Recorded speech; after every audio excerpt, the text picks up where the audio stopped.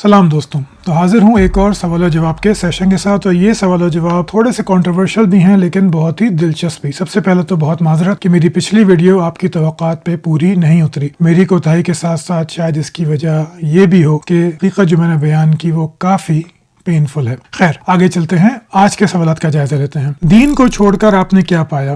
کیا انسان یا مسلمان اسلام پہ تنقید کر سکتا ہے؟ ہم جنسیت مسلمانوں کا فعل ہے یا پھر اسلام کی کمزوری؟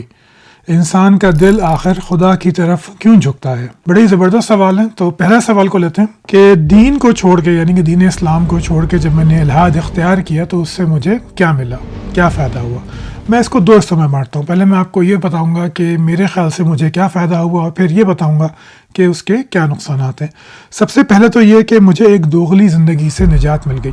یعنی کہ میں جب بھی اپنی زندگی جیتا تھا، کام کرتا تھا، پروفیشنل لائف یا پرسنل لائف، ہمیشہ مجھے بیک آف دا مائنڈ یہ ہوتا تھا کہ یہ تو گناہ کا کام ہے. کیا یہ گناہ کا کام ہو سکتا ہے؟ کیا اللہ تعالیٰ مجھ سے راضی ہوگا؟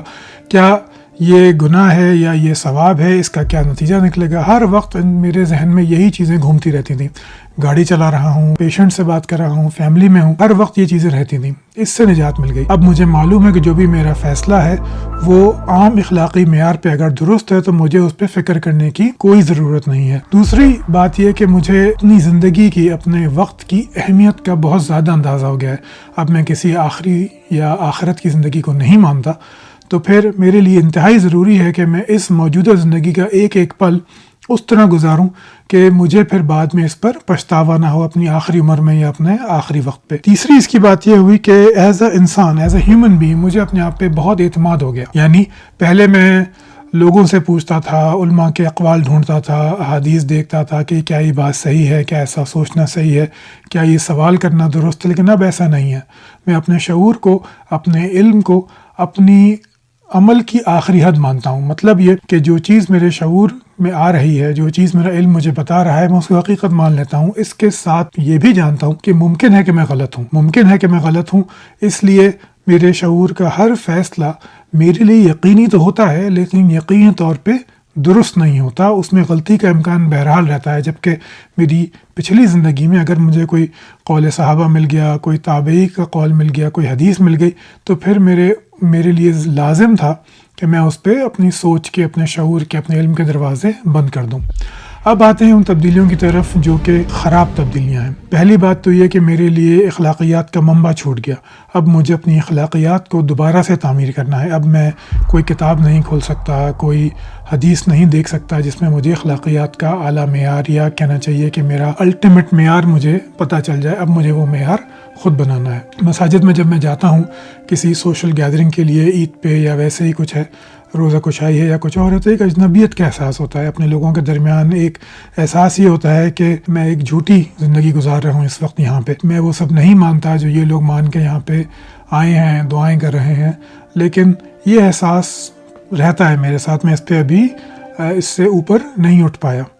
تیسری جو میرے خیال سے سب سے اہم چیز ہے وہ یہ ہے کہ میرے سائن پوسٹ کھو گئے ہیں. جب ہم زندگی میں چلتے ہیں تو ہمارے پاس سائن پوسٹ ہوتے ہیں. اب مجھے یہ کام کرنا ہے، اب مجھے فلاں کام کرنا ہے. جیسے جب میں مسلمان تھا تو پھر میں یہ سوچتا تھا کہ میرا ٹارگٹ ہے کہ میں آج کی 5 نمازیں پوری کروں. ٹارگٹ ہے کہ مجھے حج کے لیے پیسے جمع کرنے ہیں، عمرے پہ جانا ہے، وغیرہ وغیرہ. بہت ساری اس طرح زکوٰۃ کیلکولیشن کرنی ہے. اب میرے وہ سائن پوسٹ کھو گئے ہیں. اب مجھے کانشیس ایفرٹ، شعوری کوشش کرنی پڑتی ہے کہ مجھے کیا کرنا ہے زندگی میں اپنی اخلاقی تربیت کے لیے. مجھے ایک سرٹن اماؤنٹ آف منی، ایک مخصوص مقدار چیریٹی میں دینی ہے. اب مجھے جو ہے وہ، اگر میں حج پہ اب نہیں جا سکتا اپنی روحانی بالغی کے لیے، تو مجھے اس کا کوئی اور ذریعہ ڈھونڈنا ہے. تو میرے سائن پوسٹ کھو گئے ہیں. لیکن ظاہر سی بات ہے جب بھی انسان کسی کیٹیگوریکل چینج سے گزرتا ہے تو اس کو یہ سب کرنا ہی پڑتا ہے. چاہے وہ ملک کی تبدیلی ہو، آپ کسی نئے ملک میں جائیں، یا آپ شادی کریں، نیا ساتھی زندگی میں آئے، گھر بدلیں، آپ کو بہت ساری کیٹیگوریکل بنیادی تبدیلیوں سے گزرنا ہی پڑتا ہے. اور میں ان سے گزر رہا ہوں. اگر میں ان کا موازنہ کروں تو میں یہ کہہ سکتا ہوں کہ اوور آل الحاد نے مجھے آزادی بخشی. الحاد نے مجھے سوچنے سمجھنے کی ایک نئی راہ سجائی. الحاد نے مجھے یہ بتایا کہ میں ایک انسان بہت کافی ہوں یہ سوچنے کے لیے کہ کیا صحیح ہے، کیا غلط ہے.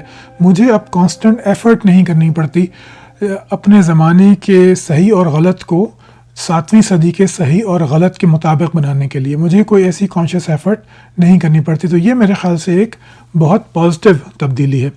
اس پہ کوئی سوال ہو تو کیجیے گا، یہ مختصر بس میں نے بتایا ہے۔ اگلا سوال بہت ہی امپورٹنٹ ہے میرے خیال سے، آج کے سیشن کا سب سے امپورٹنٹ سوال ہے کہ کیا انسان یا ایک مسلمان اسلام پر تنقید کر سکتا ہے؟ یہ انتہائی ضروری سوال ہے، لیکن پہلی بات یہ کہ یہ سوال پوچھا کیوں جا رہا ہے، یہ زیادہ ضروری ہے۔ کیا اسلام یا مسلمان جو ہے اس کا ایمان، مسلمان کا ایمان جو ہے وہ سوال سے ڈرتا ہے؟ کیا اسلام اتنا کمزور ہے کہ ایک سوال سے یا چند سوالوں سے ٹوٹ جائے گا؟ کیا اسلام کا خدا موم کا بنا ہوا ہے کہ جیسے ہی سوالوں کی حدت اس تک پہنچے گی وہ پگھل جائے گا؟ اگر میں قرآن مجید کو دیکھتا ہوں تو ایسا بالکل بھی نہیں ہے۔ قرآن مجید مجھے پکار کے کہتا ہے کہ افلا تعقلون، کیا تم سوچتے نہیں، کیا تم اپنی عقل کو استعمال نہیں کرتے؟ وہ مجھ سے کہتا ہے افلا تفکرون یا تفکرون، کہ تم لوگ آخر تفکر کیوں نہیں کرتے، تم آخر تدبر کیوں نہیں کرتے؟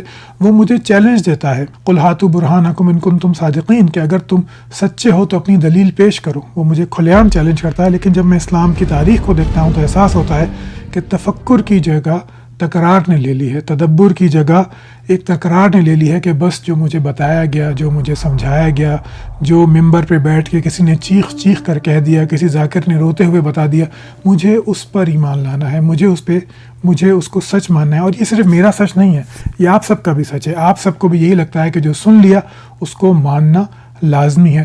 سوال کرنا سمجھنے کے لیے ہم لوگ نہیں مانتے، سوال کرنا ہم یہ سمجھتے ہیں کہ یہ بغاوت ہے۔ سوال کرنے ہمیں ایسا لگتا ہے کہ ہم اسلام پہ تنقید کر رہے ہیں، لیکن تنقید کا مطلب رد کرنا نہیں ہوتا۔ تنقید کا مطلب ہوتا ہے، یہ یونانی زبان کا لفظ ہے، اس کا مطلب یہ ہوتا ہے کسی چیز کو سمجھنا۔ پھر اس کو ہم رد کرنا کیوں کہتے ہیں؟ ہم اس کو رد کرنا اس لیے کہتے ہیں کہ اکثر چیزوں کو جو ہمیں انہیریٹڈ ہوتی ہیں، جو ہمیں کہیں سے ملی ہوتی ہیں، کلچر سے، والدین سے، یا معاشرے میں رائج رسومات سے یا رویوں سے، جب ہم اس کو سمجھتے ہیں تو ہم 90% اس کو رد کر دیتے ہیں۔ ہمیں یہ بتایا جاتا ہے کہ پلنگ پہ بیٹھ کے ٹانگ مت ہلاؤ، شیطان جھولتا ہے، آپ اس کو رد کر دیتے ہیں سمجھنے کے بعد۔ ہمیں یہ بتایا جاتا ہے کہ بلی راستہ کاٹے تو انلکی ہوتا ہے، ہم اس کو رد کر دیتے ہیں۔ تو اسی طرح تنقید سمجھنے کے بجائے رد کرنے کے معنی میں استعمال ہونے لگا، لیکن اس کی حقیقت یہی ہے کہ یہ سمجھنے کا عمل ہے۔ آج کا دور انفارمیشن ایج کا دور ہے۔ آج ایسا نہیں ہے کہ مجھے کسی لائبریری کا سفر کرنا ہے، منت سماجت کرنی ہے، کتابیں نکالنی ہیں، کئی سو صفحات کی ورق گردانی کرنی ہے، پھر مجھے اس کے نوٹس بنانے ہیں۔ اب ایسا نہیں ہے، ایک یا دو یا تین کلک پہ ساری انفارمیشن میرے پاس ہے۔ اگر میں مزید سستوں تو میں چیٹ جی پی ٹی پہ ڈال سکتا ہوں۔ اس میں نقصان یہ ہے کہ وہ صرف پبلک اویلیبل ڈیٹا آپ کو دیتا ہے، لیکن وہ آپ کو ایک عام انسان کے لیے، ایک عام سوالوں کے لیے وہ آپ کے لیے شافی و کافی ہے۔ اس انفارمیشن ایج میں سچ کو جھوٹ سے الگ کرنا انتہائی آسان ہے، لیکن اس انفارمیشن ایج کا مسئلہ یہ ہے کہ سچ جو ہے وہ اتنے زیادہ جھوٹ میں چھپا دیا گیا ہے کہ اس کو ڈھونڈنا مشکل پڑ جاتا ہے، اور پھر ہم سے تحقیق کا مادہ بھی چھین لیا گیا۔ ہمیں یہ بتایا گیا کہ بس آپ مان لیجئے، لیکن اسلام اور قرآن شروع سے تفکر، تدبر کی بنیاد پہ کھڑا ہوا ہے۔ وہ بات کرتا ہے ریزن کی، اور یہ میں قرآن کے کئی برس کے مطالعے کے بعد بتا رہا ہوں۔ قرآن آپ کو ریزن کی طرف بلاتا ہے، وہ آپ کو وجوہات تلاش کرنے کی ترغیب دیتا ہے، وہ آپ کو ریفلیکشن کے لیے بلاتا ہے۔ وہ کہتا ہے کیا تم سوچتے نہیں، کیا تم دیکھتے نہیں، کیا تم پرانی قوموں کو نہیں دیکھتے، کیا اپنے نفوس کو نہیں دیکھتے، کیا اپنے کھانے کو نہیں دیکھتے۔ وہ ایسے بہت ساری چیزیں آپ کو بتاتا ہے، لیکن آج یہی مسلمان حیران ہو جاتا ہے، کیا میں سو سکتا ہوں، کیا میں سوال اٹھا سکتا ہوں؟ اس کی وجہ جو شاید زیادہ بڑی وجہ ہے وہ یہ ہے کہ آج کے سوال بدل گئے ہیں۔ آج کے سوال بدل گئے ہیں، اس کی وجہ سے خوفزدہ ہوتا ہے مسلمان سوال اٹھاتے ہوئے۔ میں آپ کو اس کا ایک چھوٹا سا ٹور دیتا ہوں، چھوٹا سا آپ کو ایک زاویہ دیتا ہوں۔ پہلے تو یہ تھا کہ آج کے سوال اور پرانے سوالوں میں فرق کیا ہے، پہلے اس کو دیکھ لیتے ہیں۔ پہلے تو آپ یہ آیت دیکھیے، یہ ابراہیم علیہ السلام کا سوال ہے، وہ یہ سورہ بقرہ کی آیت ہے 260۔ یہ نبی ہیں، یہ ابو الانبیاء ہیں، انبیاء کے والد ہیں، انبیاء کے باپ ان کو کہا جاتا ہے کہ سارے انبیاء پھر انہی کی نسل سے آئے۔ وہ کیا کہہ رہے ہیں کہ تو مردوں کو زندہ کیسے کرے گا؟ اور اللہ تعالیٰ ان سے پوچھتا ہے کہ تمہیں ایمان نہیں ہے؟ وہ کہتا ہے ایمان تو ہے، لیکن دل کا یقین چاہتا ہوں۔ یعنی اللہ کا نبی بھی سوال کر رہا ہے اور اسلام کا خدا برا نہیں مانتا۔ آگے چلتے ہیں، یہ حضرت عزیر کا سوال ہے۔ وہ گزرتے ہیں اور دیکھتے ہیں کہ ایک بستی مری پڑی ہے، تو وہ پوچھتے ہیں اس سے کہ تو ان کو قیامت پہ کیسے زندہ کرے گا؟ یہ بھی اللہ کے نبی ہیں، ان کو بھی وہ تجربہ حاصل ہوا ہے جو انسانوں میں سے انتہائی کم افراد کو ملتا ہے، یعنی وحی کا تجربہ۔ اس کے باوجود بھی یہ سوال کرتے ہیں اور خدا برا نہیں مانتا۔ لیکن آج ہمارے علماء، ہمارے ذاکرین ہمیں یہ بتاتے ہیں کہ تم سوال نہیں کر سکتے، تم اللہ کی کتاب کو خود نہیں پڑھ سکتے، تم رسول کی سیرت کو، ان کی احادیث کو خود نہیں پڑھ سکتے، کیونکہ تم جو سوال اٹھاؤ گے اس کے جواب آج ہمارے پاس نہیں ہے۔ سوالات سے روکنے کی اصل وجہ یہ ہے کہ قرآن جب نازل ہوا تھا تو اس نے ببانگ دہل دعویٰ کیا تھا کہ آؤ اپنے سوال لے کے میں جواب دوں گا، لیکن آج انسان کے علم کی وجہ سے وہ جوابوں سے خالی ہے۔ یہ میں گستاخی نہیں کر رہا، میں آپ کو ابھی یہ ثابت کر کے دکھاتا ہوں۔ تو پہلی بات تو یہ دیکھ لیجئے کہ آج کے اور پرانے زمانے کے سوالوں میں فرق کیا ہے۔ یہ میں آپ کو چند آیات دکھاتا ہوں۔ یہ سورہ آل عمران کی آیت 190 ہے، جس میں اللہ تعالیٰ اپنے وجود کی دلیل پیش کر رہا ہے۔ وہ کہتا ہے کہ زمین و آسمان کی پیدائش میں اور رات و دن کے باری باری آنے میں ان ہوش مند لوگوں کے لیے بہت نشانیاں ہیں۔ یعنی 1400 برس پہلے وہ یہ بتا رہا ہے کہ دیکھو تم نہیں جانتے کہ زمین و آسمان کی پیدائش ہو سکتی ہے، کیسے ہوئی تھی، تم نہیں جانتے کہ دن اور رات کیسے بدلتے ہیں، یہ خدا ہے جو بدل رہا ہے۔ لیکن آج 21ویں صدی میں کیا یہ سوال ویلڈ ہے؟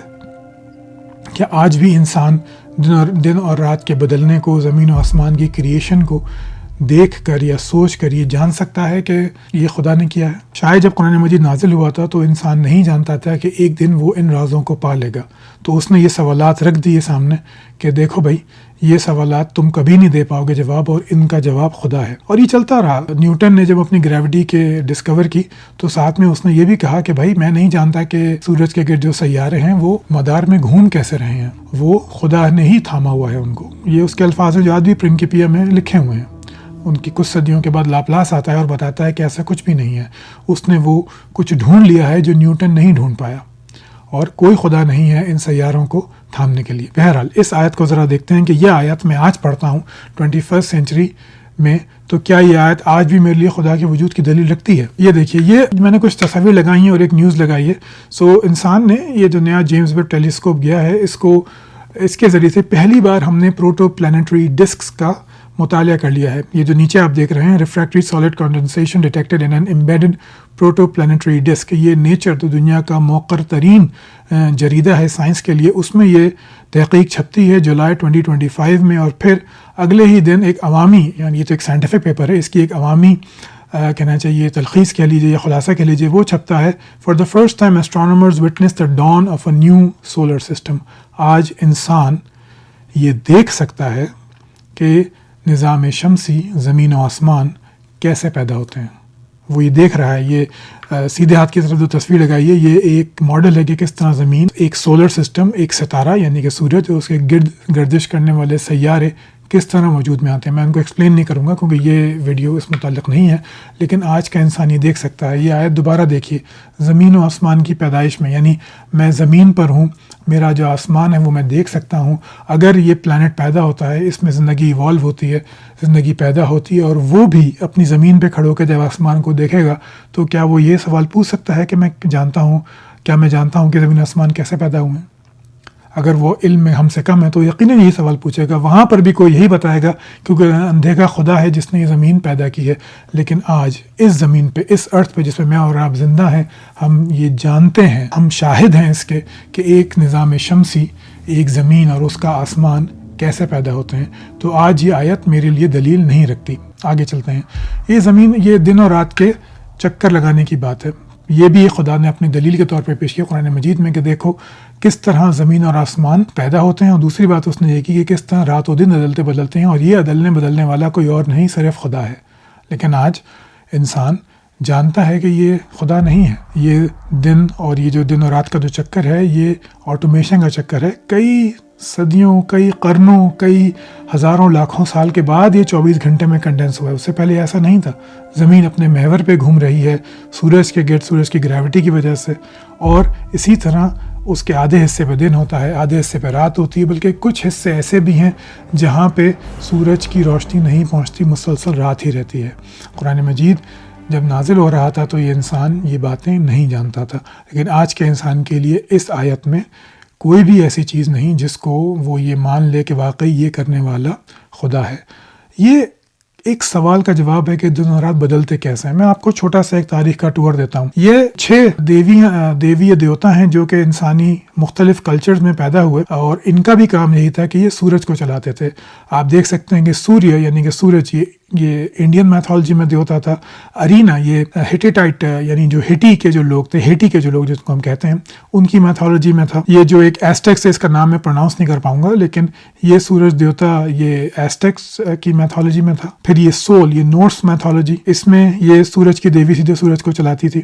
پھر یہ اماٹراسو، یہ جاپانیز میتھولوجی میں سورج کی دیوی تھی. ان کا کام بھی یہی تھا کہ سورج کو دن کے وقت لے کر آنا اور رات کے وقت واپس لے کے جانا، یہ ان کا کام تھا. آگے چلتے ہیں. یہ مزید میں نے جو ہے 5 آپ کو مشہور خدا لگائے ہیں سورج کے، جو انسان نے مختلف ادوار میں سوچے. را بہت ہی مشہور مصری خدا ہے جو سورج کا خدا مانا جاتا تھا. متھرا یہ فارس کا خدا ہے، زرتشت کے مذہب سے پہلے. متھرا کی ایک شکل جو ہے وہ عیسائیت نے بھی لی ہے، لیکن خیر وہ ایک الگ بحث ہے. یہ بھی سورج کا دیوتا ہے. پھر گریک میتھولوجی میں ہیلیوس، یہ اپنے سونے کے رتھ پہ نکلتا تھا، سورج کو کھینچ کے لاتا تھا افق سے زمین کے اوپر. یہ میتھولوجی تھی ان کی. پھر جو ان کا نسل تھی جو ختم ہو گئی، جس کی باقیات باقی ہیں، ان میں یہ انٹی جو ان کی ہے، وہ خدا جو ان کی دیوی جو ہے وہ سورج کی دیوی ہے. پھر یہ کنک، یہ ماین میتھولوجی جو بہت ہی مشہور ہوئے تھے کچھ عرصے پہلے، جو ماین سویلائزیشن ہے، ان میں یہ دیوتا یا دیوی موجود تھی. تو یہ 8-9 دیوی دیوتا ہیں جو بہت مشہور ہیں، جو اب تک ہم نے سویلائزیشنز انسانوں کی پرانی ہم نے آرکیولوجی سے نکالی ہیں، پرانی کتابوں میں دیکھی ہیں. تو وہ یہ سب کسی نہ کسی خدا کو مانتے تھے جو دن اور رات کا الٹ پلٹ کرتا رہتا ہے. جیسے جیسے انسان کا شعور بڑھتا گیا تو وہ ان خداؤں کو بھی مختلف شکلیں دیتا گیا. پہلے خدا ہمارے ساتھ چلتے پھرتے تھے، پھر وہ پہاڑوں میں رہنے لگے، پھر وہ آسمان میں پہاڑوں میں رہنے لگے، پھر وہ آسمانوں میں رہنے لگے. اور پھر جب 15ویں-16ویں صدی آئی تو اس کے بعد فلسفے کی جب پیدائش ہوئی، ماڈرن فلسفے کی رینیسانس کے بعد، تو تب اس خدا کو پھر کائنات سے ہی باہر نکال دیا گیا کہ وہ ٹائم اور اسپیس سے ہی باہر ہے. تو ان خداؤں میں اور قرآن مجید کے خدا میں کیا فرق ہے؟ فرق صرف اتنا ہے کہ ان کے بت ہمارے سامنے ہیں اور قرآن مجید کے خدا کا بت ہمارے تصور میں ہے. تصور کے بت میں اور سامنے آنے والے بت میں، سامنے رکھے ہوئے بت میں کوئی فرق نہیں ہوتا. اسی طرح میں آپ کو مثال دیتا ہوں ایریز کی. یہ جنگ کا خدا تھا. جب انسانوں نے جنگ کرنا شروع کیا تو وہ نہیں جانتے تھے کہ کس طرح اسٹریٹجی بنائیں، ہتھیار بنائیں، بہتر ہتھیار بنائیں. وہ جب انہوں نے بنا لیے تو خدا کی ضرورت ختم ہو گئی. پوزائیڈن جو تھا وہ سمندر کا دیوتا تھا. لوگ اس سے منتیں مرادیں مانتے تھے. پھر انسان نے ستاروں کے ذریعے راستے دیکھنا ڈھونڈ لیا، بادبانوں پہ کنٹرول کرنا اس نے ایجاد کر لیا، بہتر کشتیاں بنانا ایجاد کر لیں، تو پوزائیڈن بھی ختم ہو گیا. آج کے انسان لیکن کیا سوچتا ہے؟ یہ زیادہ ضروری بات ہے. آج کا انسان یہ سوچتا ہے کہ کیا خدا ہے یا نہیں ہے.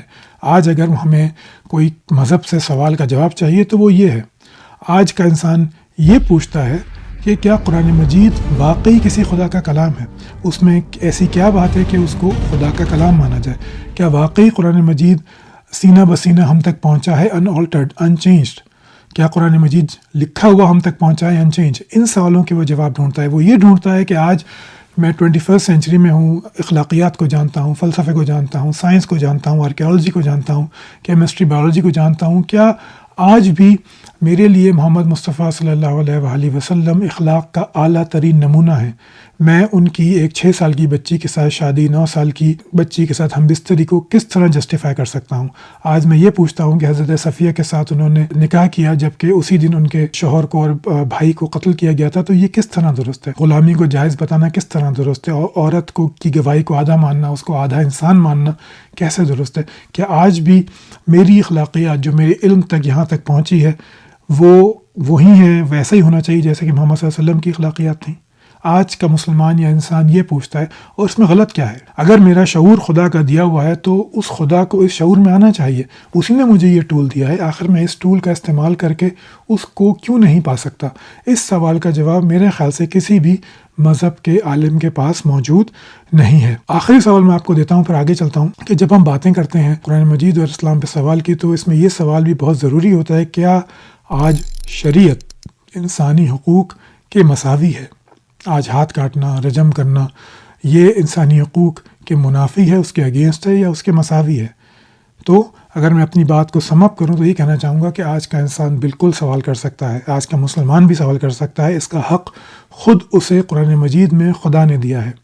اب یہ اور بات ہے کہ آج کے انسان کے سوالوں کے جواب قرآن مجید کے خدا کے پاس موجود نہیں ہیں. یہ آپ کو بات بری لگے گی لیکن حقیقت بہرحال یہی ہے. اگلا سوال دیکھتے ہیں. اگلا سوال یہ کئی دفعہ آ چکا ہے، کئی دفعہ میں اس کا جواب بھی دے چکا ہوں، آج اس کو ایک اور اینگل سے سمجھانے کی کوشش کرتا ہوں۔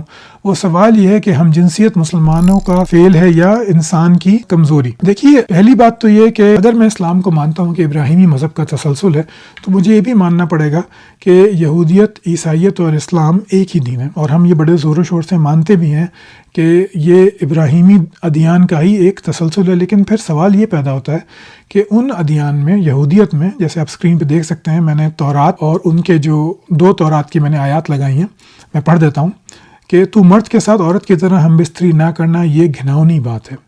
پھر اگر کوئی مرد کسی مرد کے ساتھ عورت کی طرح ہم بستری کرے تو دونوں نے گھناؤنی حرکت کی، ان دونوں کو ضرور جان سے مار دیا جائے۔ پھر یہ ٹیلمڈ ہے، یا اس کو حلقہ بھی کہتے ہیں، یعنی یہودیوں کی شریعت، اس میں بھی یہی ہے کہ جو مرد مرد کے ساتھ مباشرت کرے اس نے تورات کی حرمت توڑی، مگر سزا کے لیے 2 گواہ اور عدالتی فیصلہ لازم ہے، یعنی کہ اگر 2 گواہ موجود ہیں جنہوں نے حرکت دیکھی تو اس کو جان سے مار دیا جائے گا۔ پھر میں آپ کو عیسائیت سے دکھاتا ہوں، یہ ہے رومنس آیت نمبر 26-27۔ اس لیے خدا نے انہیں ان کی شرمناک خواہشوں کے حوالے کر دیا، عورتوں نے قدرتی تعلقات یعنی نیچرل انٹرکورس کو چھوڑ کر غیر قدرتی تعلقات اختیار کر لیے، اور مردوں نے بھی عورتوں کے ساتھ فطری تعلقات چھوڑ دیے اور ایک دوسرے کے ساتھ جنسی خواہشوں میں جلنے لگے۔ مردوں نے مردوں کے ساتھ شرمناک کام کیا اور اپنی گمراہی کا مناسب بدلہ اپنے ہی جسموں میں پایا۔ یہ استعارہ ہے ان کی موت کی سزا کے لیے۔ رومنز جو ہے یہ بائبل کا پارٹ نہیں ہے، یہ سینٹ پال کے خطوط ہیں جو اس نے عیسائیت کے شریعت موسوی کا جو حصہ باقی رکھا گیا تھا اور باقی کچھ چیزوں کے ایکسپلینیشن کے لیے لوگوں کو لکھے، اور یہ بائبل کا آج حصہ مانے جاتے ہیں، لیکن یہ ریویلڈ یعنی نازل شدہ انجیل نہیں ہے۔ سینٹ پال آپ صلی اللہ علیہ وسلم سے 500 یا بلکہ 600 برس پہلے پیدا ہوا، اور اس نے عیسائیت میں دیکھا، اور یہ اس وقت بھی ہے وہ جانتا تھا کہ عورتیں عورتوں کے ساتھ بھی ملوث ہوتی ہیں، جبکہ قرآن اس معاملے میں بالکل خاموش ہے۔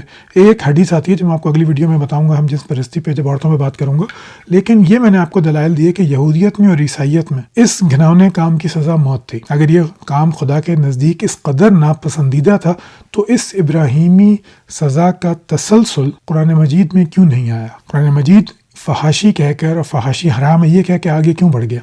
اگر یہ واقعی اس قدر گھنونا کام تھا اور واقعی خدا جانتا تھا کہ آگے بھی مسلمان اس میں گردن تک دھنس جائیں گے، ہمارے اعلیٰ ترین دماغ اس کام میں ملوث ہوں گے، ہم معصوم بچوں تک کو اپنی جنسی تلذذ یا لذت کے لیے استعمال کریں گے، یعنی اس سے گری ہوئی بات کیا ہو سکتی ہے؟ لیکن اس کے باوجود بھی خدا اس معاملے میں کیوں خاموش تھا؟ اس کا جواب آپ خود سوچئے گا۔ آخری بات یہ کہ ایک اکثر ہی کہا جاتا ہے نہیں یہ تو قوم لوط کا فعل تھا کہ پہلی بار انہوں نے کیا، اور یہ حضرت لوط کا کلام تھا، یہ اللہ کا کلام نہیں تھا۔ تو میں آپ کو یہ عرض کر دوں کہ یہ بات بھی نہ بائبل میں موجود، نہ تورات میں موجود ہے، نہ بائبل میں موجود ہے کہ یہ کام کرنے والے قوم لوط کے لوگ تھے، یہ کام سب سے پہلے کرنے والے قوم لوط کے لوگ تھے۔ یہ بات آخر خدا نے قرآن مجید میں کیوں بیان کی؟ نہ یہ بات تورات میں ہے، نہ یہ بات انجیل میں ہے، تو پھر یہ بات قرآن مجید میں کیوں بیان ہوئی؟ اس کی کیا وجہ ہے؟ یہ بھی آپ سوچئے گا۔ یہ بھی ثابت کرتا ہے کہ قرآن مجید نہ دین ابراہیمی کا تسلسل ہے، نہ ہی اس کا کوئی تعلق ہے تورات سے یا انجیل سے۔ یہ ایک آتھرڈ یا لکھی ہوئی کتاب ہے جس کا تعلق زبردستی جوڑا گیا ان 2 مذاہب کے ساتھ۔ اگر قرآن مجید میں یہی بات بیان ہوئی ہے اس طرح، تو پھر یہ سیدھی اسلام کی کمزوری مانی جائے گی، کیونکہ ہم دیکھ چکے ہیں، اگر آپ میں بحیثیت مسلمان آپ سے بات کر رہا ہوں کہ اگر آپ یہودیت کو اور عیسائیت کو بھی پرانا اسلام سمجھتے ہیں اور قرآن مجید اس کا کریکٹڈ ورژن ہے، تو پھر یہ لازم ہے کہ یہ اسلام کی کمزوری ہے کہ اس نے ایک گھناؤنے کام کی سزا کو موقوف کر دیا، اس کو کھول کے بیان نہیں کیا۔ ایک آیت یہی نازل ہو جاتی کہ بھائی کی سزا وہی ہے جو بائبل میں بیان ہوئی۔ آخر ہم زنا کی رجم کی سزا کے ثبوت بھی تو بائبل سے لاتے ہیں، وہ بھی ہم بائبل سے ہی اس کے ثبوت لاتے ہیں، تو اس کے ثبوت کیوں نہیں لائے؟ اللہ تعالیٰ کو بیان کرنا چاہیے تھا، لیکن اس نے ایسی کوئی بات نہیں کہ اس نے بس فحاشی اور حرام کام کہہ کے وہ آگے بڑھ گیا۔ تو اس لیے اگر آپ یہ مانتے ہیں کہ قرآن مجید دین ابراہیمی کا تسلسل ہے، تو آپ کو یہ ماننا پڑے گا کہ یہ پھر اسلام کی کمزوری ہے، یہ مسلمانوں کا فعل نہیں ہے۔ اور سب سے حیرتناک بات میرے لیے یہ ہوتی ہے کہ 8ویں صدی سے 13ویں صدی تک جو اسلام کا گولڈن ایج ہے، اس میں تو ہم نعرے لگاتے ہیں کہ اسلام کی وجہ سے مسلمانوں نے ترقی کی، لیکن جب ہم آپ کو ان کی قتل و غارت کی باتیں بتائیں، ان کی ہم جنسیت کی باتیں بتائیں، تو آپ کہتے ہیں کہ نہیں یہ تو مسلمانوں کا فعل تھا۔ یہ دوغلاپن میرے خیال سے چھوڑنا مناسب ہے۔ اب آخری سوال پہ آتا ہوں میں، وقت کافی ہو گیا ہے، کہ انسان کا دل خود خدا کی طرف کیوں جھکتا ہے؟ اس کے 3 جواب ہو سکتے ہیں. اس کے 3 جواب ہیں فطرت، عقل اور دل. انسان کی جو فطرت ہے وہ میننگ ڈھونڈتی ہے، یعنی انسان کی فطرت خود شعور ہے. انسان وہ واحد جانور ہے جو کہ خود شعور ہے، جو جانتا ہے کہ وہ الگ ہے اور اس کی انوائرمنٹ الگ ہے. وہ اپنے ماحول کو دیکھ سکتا ہے اور اپنے آپ کو اس سے جدا کر کے بھی دیکھ سکتا ہے. اس لیے اس کی فطرت ہے کہ وہ معنی ڈھونڈے. یہ معنی وہ خود دیتا ہے چیزوں کو. بارش کا مقصد یہ ہے کہ پودے پیدا ہوں، پودوں کا مقصد یہ ہے کہ وہ جانور کی خوراک اور اس کی خوراک کا ذریعہ بنے، جانوروں کا مقصد یہ ہے کہ وہ اس کی خوراک کا ذریعہ بنے، وغیرہ وغیرہ وغیرہ. وہ ہر چیز کو مقصدیت دیتا ہے، وہ ہر چیز کو کوئی نہ کوئی ایسی چیز بتاتا ہے کہ جس میں کوئی مقصدیت پیدا ہو. یہی مقصدیت وہ خود میں بھی ڈھونڈتا ہے. یہ اس کی فطرت کا تقاضا ہے، اس سے وہ بھاگ نہیں سکتا. اسی فطرت کی تقاضے کے لیے وہ معنی ڈھونڈتا ہے. جب اس کو ہر چیز میں معنی اور مقصد ملتا ہے تو پھر سوال اس کے ذہن میں یہ پیدا ہوتا ہے کہ وہ خود کیوں ہے، اور اس کا جواب پھر وہ خدا کی صورت میں دیتا ہے کہ میں اس لیے ہوں کہ میں ایک مخلوق ہوں جس کو خدا نے خلق کیا ہے. کبھی وہ خدا اس کے ساتھ ہوتا ہے، کبھی وہ پہاڑوں میں ہوتا ہے، کبھی وہ خوابوں میں آتا ہے، کبھی وہ ماؤنٹ اولمپس میں ہوتا ہے، کبھی وہ کسی وادی میں ہوتا ہے، اور کبھی وہ کائنات کی گہرائیوں سے بھی باہر ہوتا ہے. لیکن وہ خدا ہوتا ہے. کیوں؟ کیونکہ اس کے بغیر اس کو اپنی زندگی کا، اپنے وجود کا کوئی مقصد سمجھ میں نہیں آتا. یہ تو ہوگی فطرت کی بات. اب دیکھتے ہیں کہ انسان کی عقل کیا کہتی ہے. انسان کی عقل ربط ڈھونڈتی ہے، وہ کاز اینڈ ایفیکٹ ڈھونڈتی ہے، کیونکہ وہ یہی دیکھتا ہے کہ بجلی گری تو آگ لگ گئی، گلا کاٹ دیا تو موت ہو گئی. تو وہ ہر چیز میں اس کو نظر آتا ہے کہ کوئی کاز ہوتا ہے، کوئی ایفیکٹ ہوتا ہے، کوئی علت ہوتی ہے، کوئی معلول ہوتا ہے. اور میں آپ کو ایک بات بتاؤں جو گزارش ہے کہ غور سے سنیے گا، کہ ہر زمانے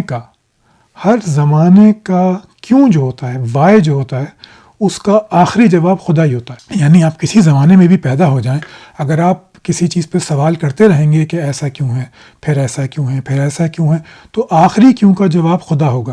چاہے آپ 12ویں صدی میں ہوں، 14ویں صدی میں ہوں، 15ویں صدی میں ہوں، 21ویں صدی میں ہوں، یا پھر 29ویں صدی میں ہوں، ہر سوال کا آخری جواب خدا ہوگا. کیوں؟ کیونکہ ہماری عمر بہت کم ہے اور یہ کائنات بہت وسیع ہے. اس وجہ سے ہم ہر کیوں کا جواب اپنی چھوٹی سی زندگی میں نہیں ڈھونڈ سکتے. اسی لیے ہر کیوں کا آخری جواب خدا ہی ہوتا ہے. اس کی بھد بھی اڑاتے ہیں لوگ کہ یہ God of the gaps analogy دے کے، کہ بھائی جہاں بھی ہمیں نہیں چلتا، جہاں بھی ہماری نالج میں گیپ آتا ہے، وہاں پہ ہم خدا کو بٹھا دیتے ہیں. اور یہ بات صحیح ہے. تو ہر کیوں کا جواب، کیونکہ ہم علت و معلول ڈھونڈنے پہ مجبور ہیں اپنی عقل کے ہاتھوں، تو اس وجہ سے ہم کیوں پوچھتے رہتے ہیں، اور آخر میں اس کیوں پہ ہم خدا کو بٹھا دیتے ہیں. سب سے آخر جو ہماری چیز ہے وہ ہے ہمارا دل.